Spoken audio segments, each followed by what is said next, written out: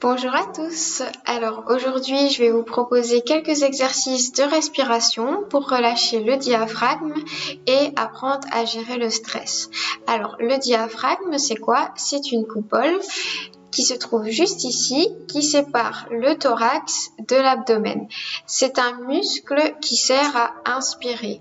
Donc, c'est-à-dire que lorsqu'on va inspirer, il va se contracter en s'abaissant pour laisser entrer l'air dans les poumons et son relâchement va en fait provoquer l'expiration passive en remontant et en faisant sortir l'air.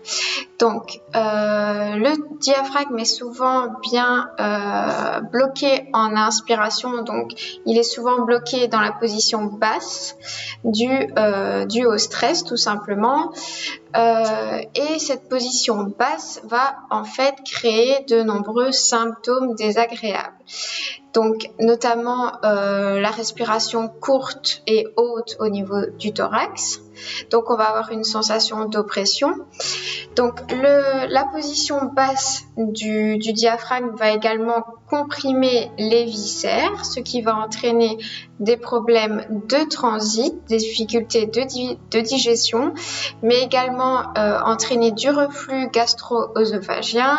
Ça va comprimer aussi le plexus solaire, donc qui va augmenter cette sensation d'oppression, d'anxiété et d'angoisse. Ça va également mettre de la pression au niveau de l'abdomen et donc sur le périnée et de plus ça va également entraîner des douleurs au niveau des vertèbres car le diaphragme s'attache également au niveau des vertèbres, donc vous allez pouvoir avoir des douleurs au niveau du dos, de la fatigue et des troubles du sommeil. Donc le but dans cette vidéo c'est d'apprendre, comme vous l'avez compris, à relâcher et à détendre justement ce muscle, le diaphragme, pour notamment augmenter le bien-être et permettre une meilleure gestion du stress. Donc, une bonne respiration diminuera ainsi le rythme cardiaque, améliorera l'oxygénation au niveau des organes, des tissus et des muscles. Cela produira aussi un relâchement du système nerveux, donc une diminution de l'anxiété, du stress et une augmentation des performances physiques. Donc, nous allons voir comment relâcher son diaphragme, bien respirer correctement pour le faire travailler et tout ceci, comment? Tout simplement en effectuant la respiration que l'on appelle respiration diaphragmatique, abdomino-diaphragmatique. Donc, c'est-à-dire qu'en fait, c'est la respiration que l'on a quand on est bébé. À l'inspiration, le ventre gonfle, à l'expiration, le ventre rentre. À part que quand justement le diaphragme est bloqué, en fait cette respiration ne se fait plus correctement et elle se produit à l'inverse. Donc nous allons réapprendre à réinspirer consciemment d'une bonne façon. Donc je vous invite à poser une main sur l'abdomen et on est parti, on y va, on va respirer de façon consciente pendant 1 minute. Donc on va inspirer par le nez, laissez le ventre se distendre, gonfler, expirez par la bouche, rentrez le nombril et rentrez le ventre. Alors, la respiration se fait sur 3 niveaux, donc au niveau des épaules, du thorax et de l'abdomen. Donc vous allez inspirer d'abord dans le bas-ventre, dans le thorax et puis dans les épaules et expirer d'abord par les épaules, vider le thorax et vider l'abdomen.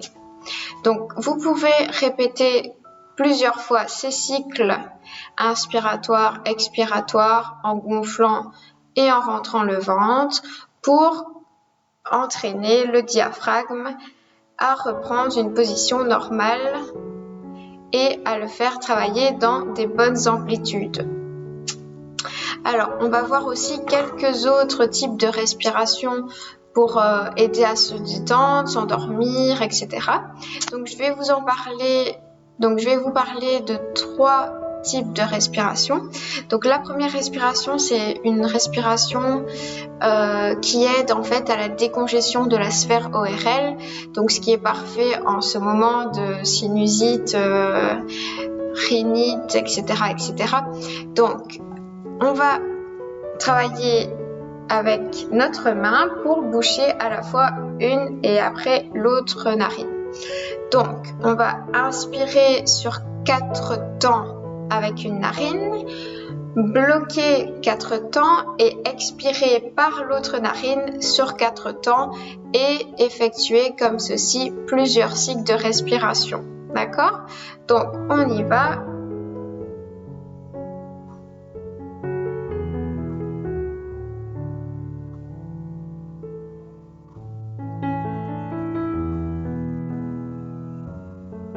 Donc, j'inspire 1, 2, 3, 4.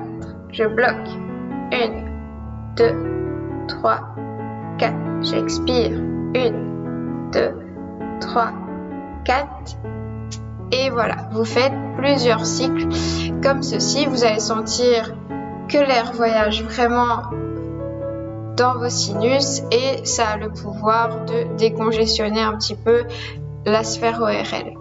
Alors, exercice suivant, c'est un exercice plutôt pour faciliter l'endormissement. Donc, cet exercice s'appelle le 4-7-8. Donc, dans cet exercice, vous allez inspirer 4 secondes, bloquer 7 secondes et expirer 8 secondes.